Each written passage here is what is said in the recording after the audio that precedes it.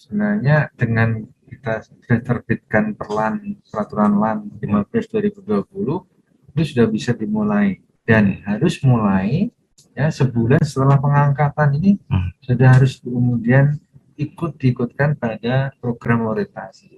Baik, Bismillahirrahmanirrahim. Assalamualaikum warahmatullahi wabarakatuh. Selamat pagi, salam sejahtera untuk kita semua. Pertama-tama tentu kita panjatkan bersyukur kepada Tuhan Yang Maha Kuasa. Alhamdulillah kita masih diberikan kesehatan, kesempatan sehingga kita bisa mengikuti kegiatan sosialisasi kebijakan orientasi P3K dan juga MOT secara daring. Bapak Ibu sekalian, khususnya para kepala BPSDM, kepala Badan Pendidikan Pelatihan Kementerian, Lembaga maupun Provinsi, dan juga kepala Badan Kepegawaian Pengembangan SDM Kabupaten Kota, dan juga hadirin semua yang mengikuti acara sosialisasi ini. Bapak Ibu sekalian, tentu kita semua sangat memahami dan cukup mafhum bahwa sejak diterbitkannya Undang-Undang 5 tahun 2014 tentang aparatur sipil negara, itu merupakan milestone penting dalam sejarah manajemen ASN atau manajemen PNS di Indonesia, di mana kita semua tahu bahwa saat itulah sebenarnya birokrasi kita dikelola lebih profesional dengan menggunakan sistem merit yang sangat-sangat menghargai aspek keadilan, kemampuan, prestasi, dan juga kinerja untuk mendukung terwujudnya manajemen talenta. Sebenarnya kita ketahui bahwa Undang-Undang ASN mengatur bahwa ASN terdiri dari dua, yaitu PNS dan juga P3K. Nah, hari ini pemerintah mendorong agar P3K ini hadir di dalam pemerintahan. Ya, rekrutmen sudah dilaksanakan dan beberapa instansi juga memiliki P3K. Sesuai dengan amanat yang ada dalam peraturan pemerintah, maka P3K ini akan diberikan pembekalan dan juga orientasi. Untuk itu maka pada hari ini Lembaga Administrasi Negara ingin memberikan sosialisasi terkait dengan kebijakan orientasi untuk P3K. Tentu desain, kurikulum, dan lain seterusnya ini berbeda dengan latsar yang selama ini kita lakukan. Banyak hal yang tentu dalam orientasi P3K ini perlu diberikan kepada para peserta P3K. Yaitu seperti orientasi terkait dengan tugas fungsinya, nilai-nilai, ya, dan juga etika jabatan yang harus diketahui oleh para pegawai P3K. Untuk itu maka nanti secara gotong royong ini LAN dengan BPSDM, BKPSDM, Kabupaten Kota akan menyelenggarakan orientasi P3K. Ada bagian-bagian yang nanti di-handle langsung oleh LAN, ada bagian-bagian yang nanti akan dilaksanakan oleh BPSDM atau BKPSDM Kabupaten Kota. Saya kira dengan sharing seperti ini, orientasi P3K bisa dilaksanakan dengan baik dan cukup efisien karena tidak membutuhkan anggaran terlalu banyak, bahkan kalau bisa gratis dengan model MOC dan seterusnya. Di satu sisi, hal lain adalah bahwa MOT ini juga menjadi penting, terutama untuk pembekalan para pimpinan lembaga pelatihan untuk memahami seluk-beluk manajemen kediklatan, manajemen Bangkom. Kita mengenalkan metode baru yaitu MOC. Diharapkan dengan ini maka blended learning, virtual learning ini bisa kita dorong dan spektrum kurikulum, material atau bahan ajar juga bisa kita perkaya lebih masif lagi sehingga pelatihan-pelatihan ini lebih kreatif, lebih inovatif, dan kita harapkan lembaga-lembaga pelatihan juga semakin mampu ya mengembangkan hal-hal baru dalam hal-hal kediklatan. Maka MOC ini menjadi sebuah pilihan model agar para ASN dimanapun, kapanpun bisa belajar. Kita juga lembaga administrasi negara tengah mengembangkan ada super app gitu untuk Bangkom atau yang disebut dengan ASN Unggul. Kita harapkan ASN Unggul ini bisa mengintegrasikan ya semua pelatihan-pelatihan yang ada di lembaga-lembaga pelatihan di Indonesia. Dengan cara ini maka nanti kita harapkan ASN-ASN dimanapun, PNS-PNS dimanapun itu bisa mengakses pelatihan-pelatihan secara lebih baik, secara mudah. Saya kira itu, maka saya harapkan forum ini bisa berjalan dengan baik, optimal, silahkan dimanfaatkan dengan baik, dan mudah-mudahan ini sebagai sebuah ikhtiar bahwa kita akan senantiasa terus-menerus ya memahami, belajar setiap perkembangan perubahan yang ada. Sosialisasi ini menjadi kunci penting agar semua komponen pengelola pelatihan dan pengelola kepegawaian memahami arah kebijakan yang ada, terutama terkait dengan orientasi P3K dan juga MOT untuk para manajemen kediklatan. Untuk itu maka saya ucapkan terima kasih atas kehadiran semuanya. Mudah-mudahan kolaborasi kerjasama yang baik ini bisa tetap kita pelihara. Baiklah Bapak Ibu sekalian, dengan mengucapkan Bismillahirrahmanirrahim, dengan mengharapkan ridho dari Allah Subhanahu Wa Taala, Tuhan Yang Maha Esa, kegiatan sosialisasi kebijakan, orientasi P3K dan MOT, saya nyatakan dibuka secara resmi. Demikian, terima kasih. Wabillahi taufiq wal hidayah. Wassalamualaikum warahmatullahi wabarakatuh. Terima kasih, Bapak Adi.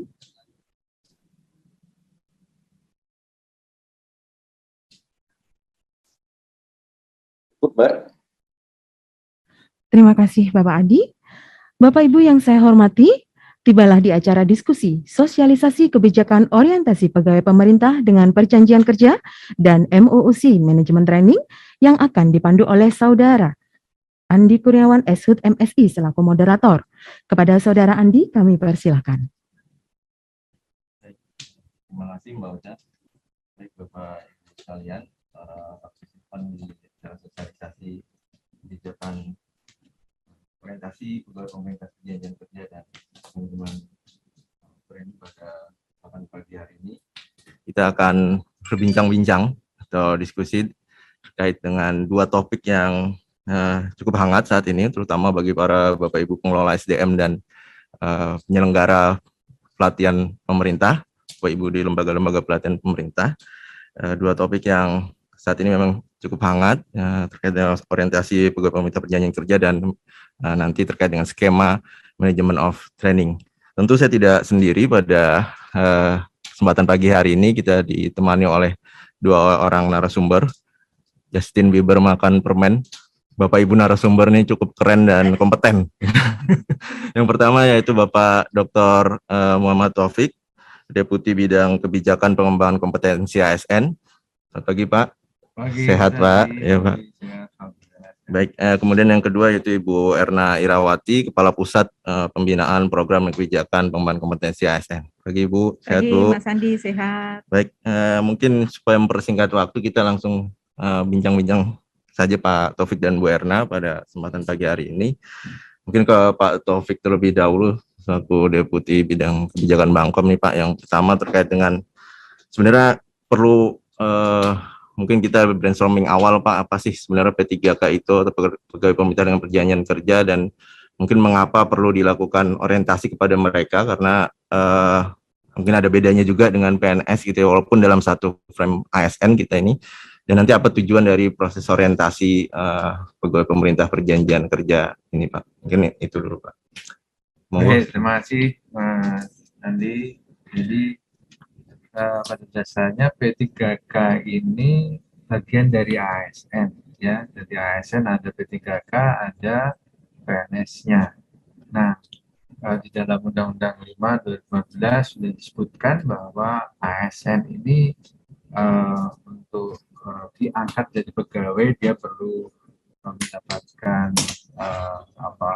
orientasi ya semacam itu. Nah, memang perlakuannya berbeda ya. Kalau yang PNS kemudian menjadi CPNS ada pelatihan dasar, sedangkan untuk yang P3K dia tidak dapat pelatihan dasar tetapi dapat orientasi. Nah, orientasi inilah yang nanti akan menjadi semacam, kalau kita di organisasi itu namanya induction itu pengenalan ya. Orang itu kalau bergabung di suatu organisasi tentunya dia perlu mengenali ya apa tugasnya, apa yang menjadi tanggung jawabnya, lingkungannya dan seterusnya.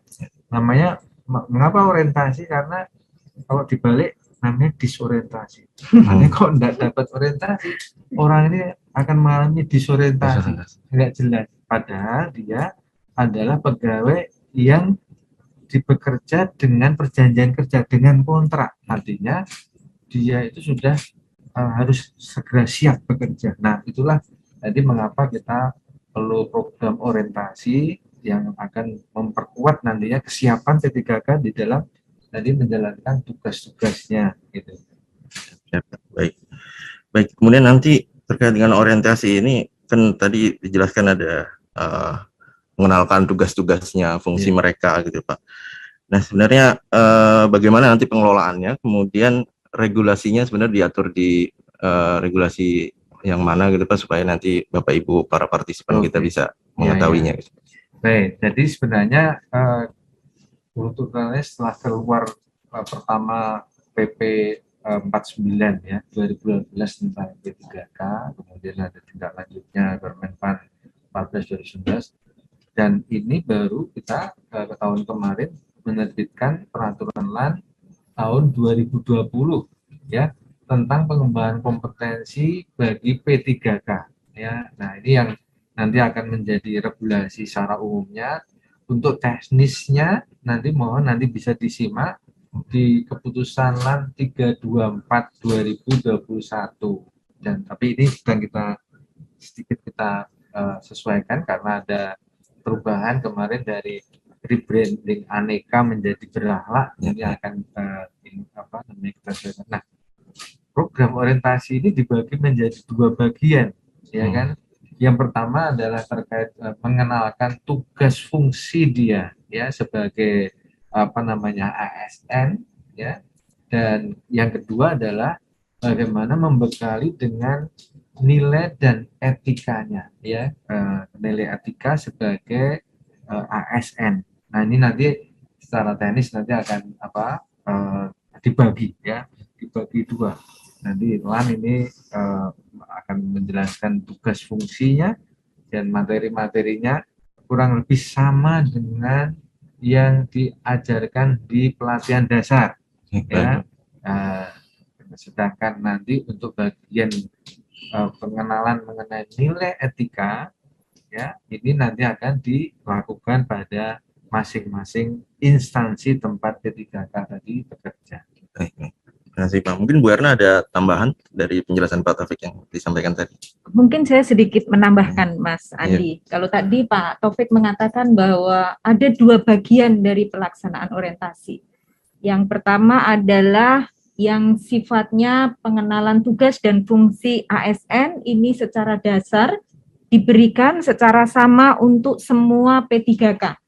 Dan ini menjadi tanggung jawab dari Lembaga Administrasi Negara. Saat ini kami sudah mengembangkan satu sistem pembelajaran mandiri yang dapat digunakan oleh kawan-kawan P3K untuk belajar mengenai tugas dan fungsi ASN ini. Jadi kalau tadi bicara Keplannya ada rebranding aneka dan berakhlak, di dalam sistem yang baru nanti kita sudah masukkan yang berakhlak tadi. Dan ini sepenuhnya menjadi tanggung jawab dari Lembaga Administrasi Negara. Sedangkan bagian yang kedua, kalau tadi kurikulumnya sudah ada ditetapkan oleh Lembaga Administrasi Negara untuk bagian yang pertama, sedangkan untuk bagian yang kedua lebih menarik sekali Mas Andi. Karena apa? Kami membutuhkan kerjasama dari instansi masing-masing untuk memberikan pembekalan yang terkait dengan nilai dan etika pada instansi pemerintah. Karena ini sifatnya kontekstual gitu. Sifatnya adalah nilai, etika, bagaimana dilaksanakan di tempat kerja dalam bentuk misalnya manajemen kinerjanya di instansi tempat P3K bekerja itu seperti apa. Kemudian terkait dengan mungkin jabatannya dari P3K perlu dilakukan pembekalan secara khusus sesuai dengan masing-masing P3K. Jadi mungkin itu sedikit tambahan dari saya mengenai pengelolaan dua bagian dari pembekalan atau orientasi untuk P3K tadi. Baik, mungkin semakin gamblang ya. Jadi di dalam proses orientasi P3K ini ada dua term gitu. Yang pertama terkait pengenalan fungsi tugas ASN, kemudian yang kedua terkait dengan nilai dan etika ASN gitu.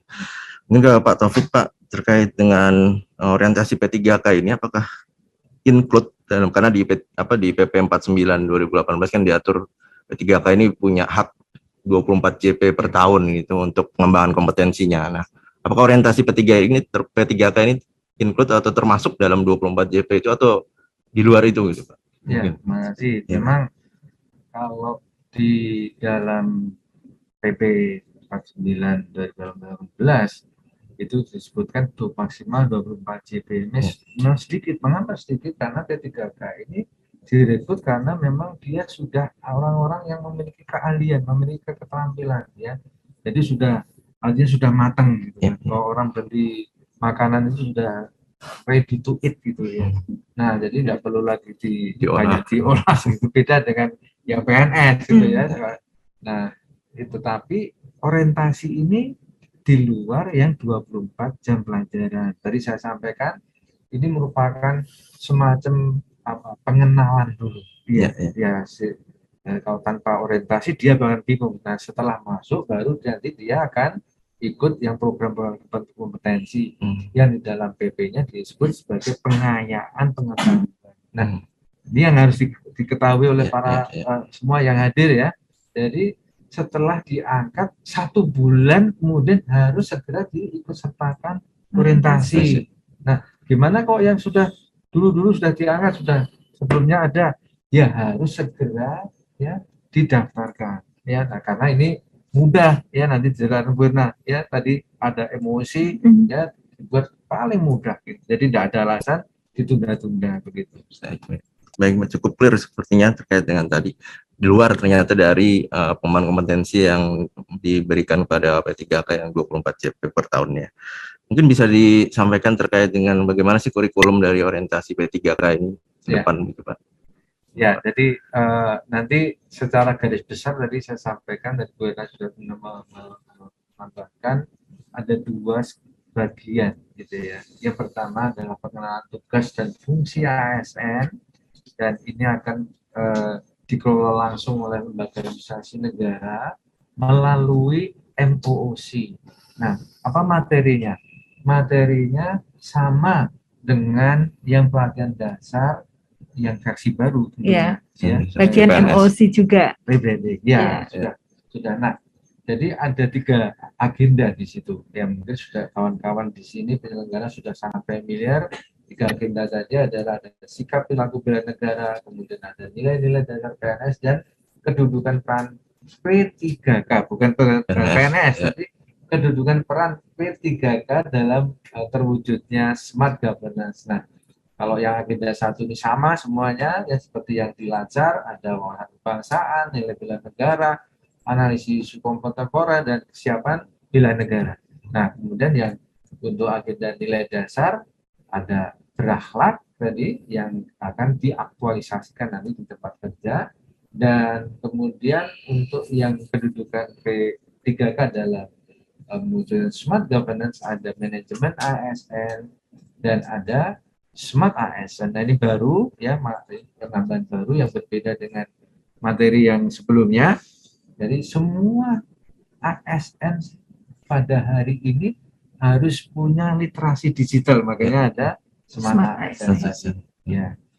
Nah, kemudian nanti setelah selesai nanti MOOC-nya masuk pada tahapan berikutnya, yaitu pada nilai dan etika pada instansi pemerintah. Nah, ini Mas Andi, ini tadi bedanya adalah ketika ini dikelola oleh instansinya masing-masing. Mengapa?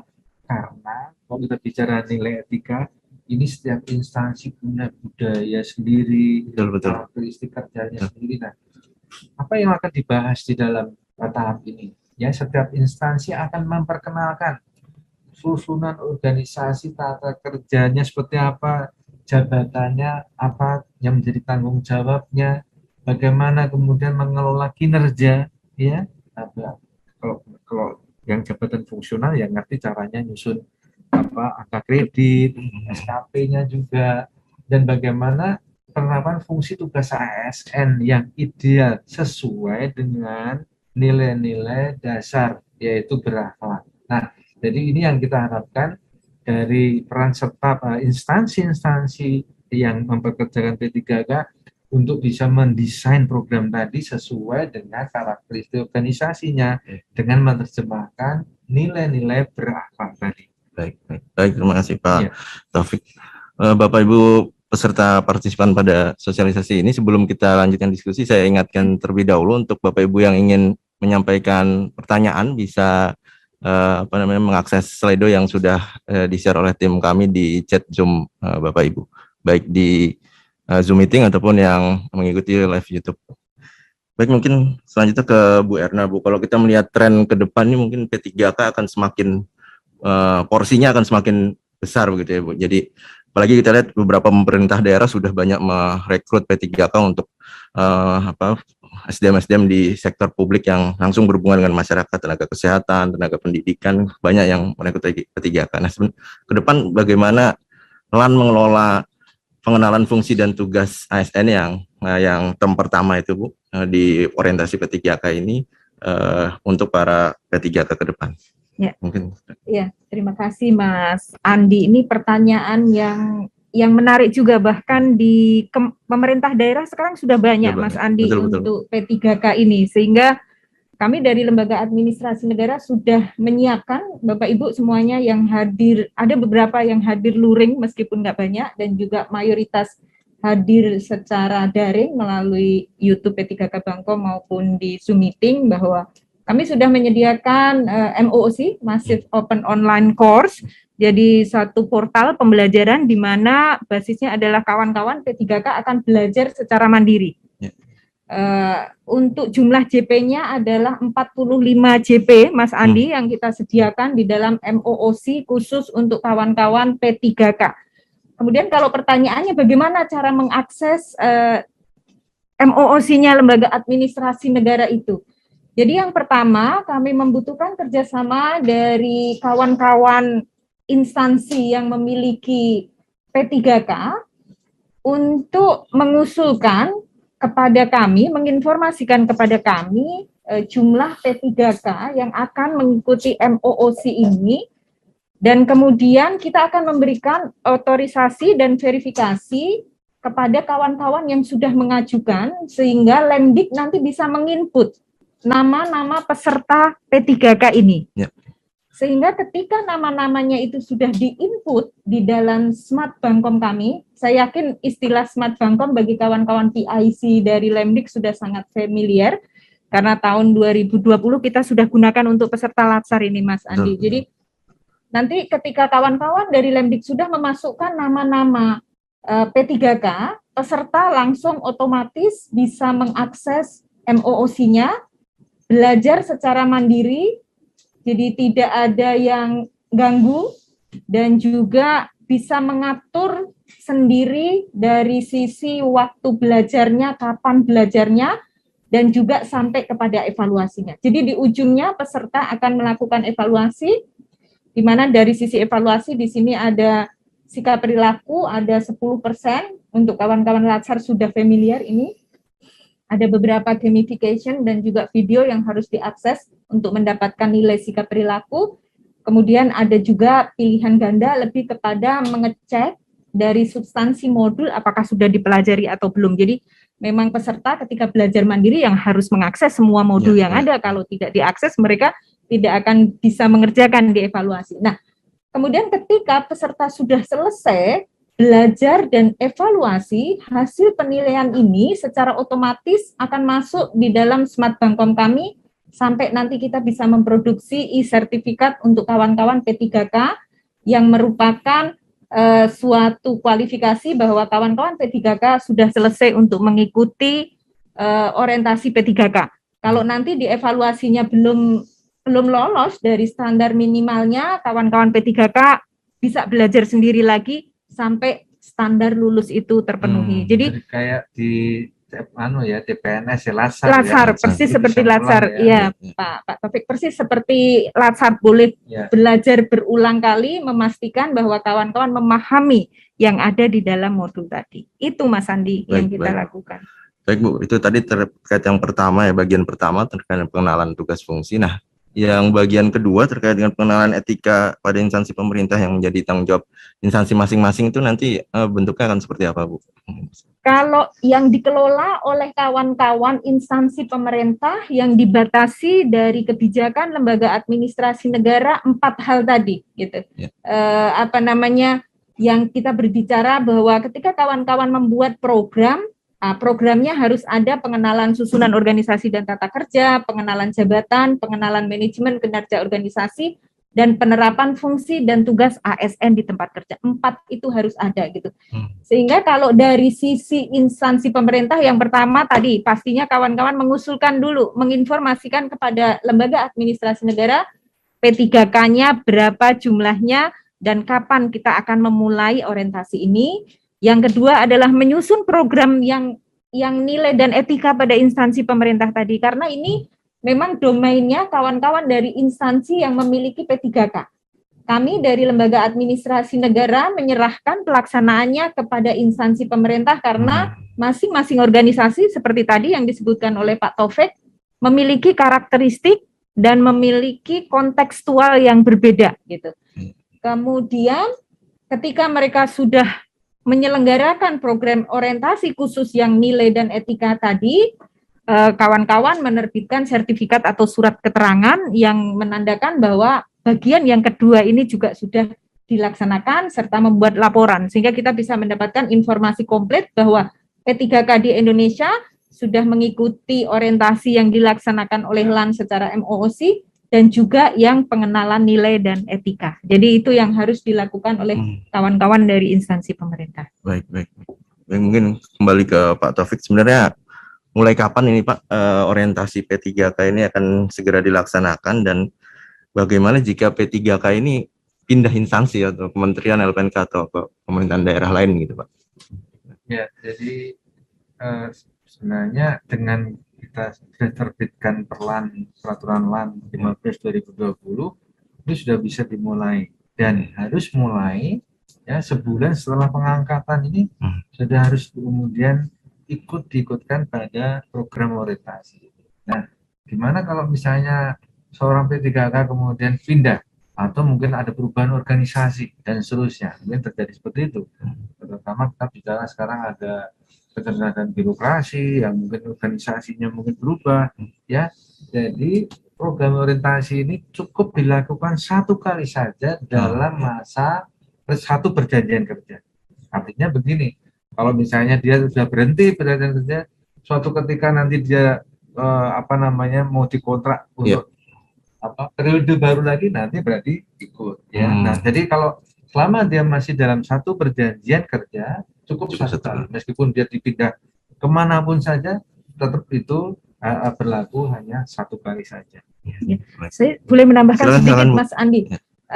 Kalau tadi saya lebih menambahkan sedikit informasi dari Pak Taufik tadi bahwa tadi kan ada 2 bagian untuk orientasi. Ada bagian yang fungsi ASN tadi, ada bagian yang nilai tadi, yang kedua.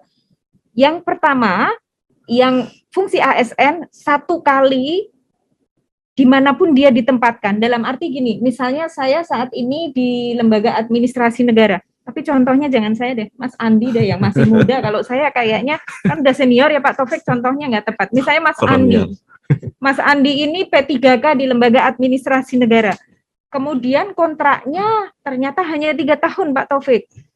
Kemudian pindah daftar P3K di PUPR. Nyambung nggak ya? LAN ke PUPR. Anggap aja nyambung. Bank Indonesia. Oh, jadi karena statusnya masih sama sebagai ASN, Mas Andi untuk bagian yang pertama tadi sudah tidak ikut lagi yang MOOC-nya lembaga administrasi negara. Karena apa? Fungsi dan tugasnya itu masih sama. Tapi yang bagian kedua, yang nilai dan etika, LAN berbeda dengan PUPR, ikut lagi sesuai di instansinya masing-masing. Jadi tadi bahwa dalam satu kesatuan kontrak kerja yang sama, ya sudah 1 kali saja gitu. Jadi ada 2 yang berbeda tadi. Mungkin itu. Bagian kedua ini spesifik ya. Spesifik sekali, iya, betul Pak Taufik. Baik, mungkin cukup clear penjelasan dari Pak Taufik dan Bu Erna terkait orientasi P3K. Mungkin kita coba beralih ke topik kedua, Pak. Tapi nggak ada yang nanya tentang biaya nih, Mas. Oh ya, boleh Bu, dijelaskan juga Bu terkait biaya. Karena selalu menarik Pak Taufik kalau kita berbicara mengenai pembiayaan gitu. Apakah ada pembiayaan? Ujung-ujungnya duit.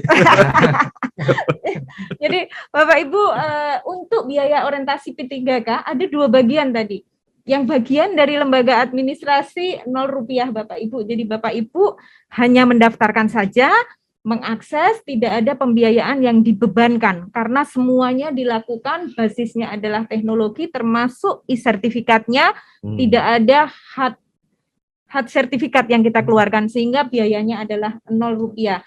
Sedangkan bagian yang kedua tadi dikelola oleh masing-masing instansi, tergantung instansi masing-masing, biasanya instansi mungkin secara manajemen sudah bisa mengelola hal itu. Jadi yang MOOC-nya dari lembaga administrasi negara 0 rupiah Mas biayanya. Baik Bu. Wah, ini informasi terakhir ini yang sangat penting ini sebenarnya Pak. Jadi Tapi Pak mungkin juga perlu ya. Jadi ini memang bagian kedua ini kita serahkan ke instansi untuk mendesain secara kreatif gitu ya. Secara kreatif apa yang kan ini kan banyak mungkin yang fungsional, terutama banyak yang fungsional. Nah ini nanti ya silahkan untuk dibuat yang program yang kreatif ya sesuai dengan apa mungkin fungsional analis kebijakan, mungkin bentuknya penugasan menyusun prinsip brief misalnya. Jadi nanti kreativitas masing-masing instansi. Jadi metodenya tidak selalu harus klasikal terus. Nah itu penting. Jangan kemudian klasikal sehingga ganggu waktunya. P3K ini kan kontraknya pakai argo. Iya. Takutnya kontraknya cuma setahun, 2 tahun. Udah habis duluan. Gitu. Kursusnya 6 bulan. Baik Pak. Jadi butuh terobosan atau kreativitas dari masing-masing instansi untuk proses yang kedua ini tadi Pak, bagian kedua.